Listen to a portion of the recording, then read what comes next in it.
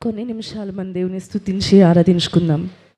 అనేక సార్లు క్రైస్తవులుగా లేకపోతే అన్యులైనా సరే ఈ మాటను ఎక్కువసార్లు వింటారు. దేవుని నమ్ముకుంటే ఏ బాధ ఉండదు, నీకు ఏ కష్టం ఉండదు అని చెప్తా ఉంటారు కదండి. ఎంతమంది ఈ మాట విన్నారు? దేవుడు ఉంటే కనుక నీకు ఏ బాధ ఉండదు, ఏ కష్టం ఉండదు, ఏ రోగం రాదు, చీకటే ఉండదు అని చెప్తా ఉంటారు కదా. లేకపోతే చీకటి త్రోవల్లోనే నడిచే అవసరం ఉండదు అన్నట్టుగా మాట్లాడుతూ ఉంటారు కదా.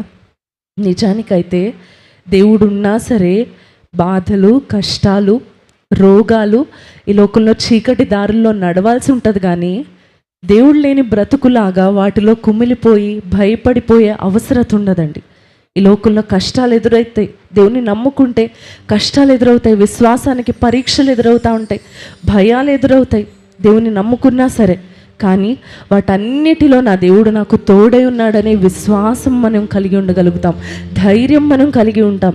అందుకనే మనం చెప్పగలము, యేసై నాకుంటే బాధ అయినా సరే నాకు బాధ కాదు, రోగమైనా నాకు రోగము కాదు, కష్టమైనా నాకు కష్టము కాదు. ఈ లోకము, మీ తల్లిదండ్రులే లేకపోతే మీ చుట్టూ ఉన్నవారే మీపై బాధలను పెడతా ఉన్నారేమో, వేదనలు పెడతా ఉన్నారేమో, నిందలు మోపుతా ఉన్నారేమో.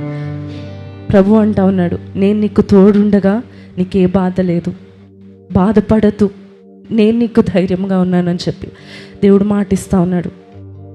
కీర్తనకారుడు అంటా ఉన్నాడు, భూమి మార్పు నొందిన, సముద్రములు ఘోషించిన, పర్వతములు వాటిలో మునిగిపోయి ఈ లోకానికి ఎన్ని మార్పులు వచ్చి ఎంత భయపెట్టే పరిస్థితులు ఎదురైనా సరే మేము భయపడము అనే మాట చెప్తా ఉన్నాడు. మనం కూడా చెప్దామా?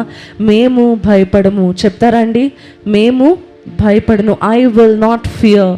చెప్తారా? I will not fear. నేను భయపడను. ఎందుకు?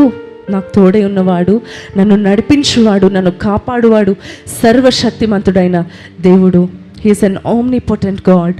ఆయన ఉండగా నేను భయపడనవసరం లేదు. అందుకని ఈ పాట ద్వారా మనందరూ కలిసి పాడదామండి.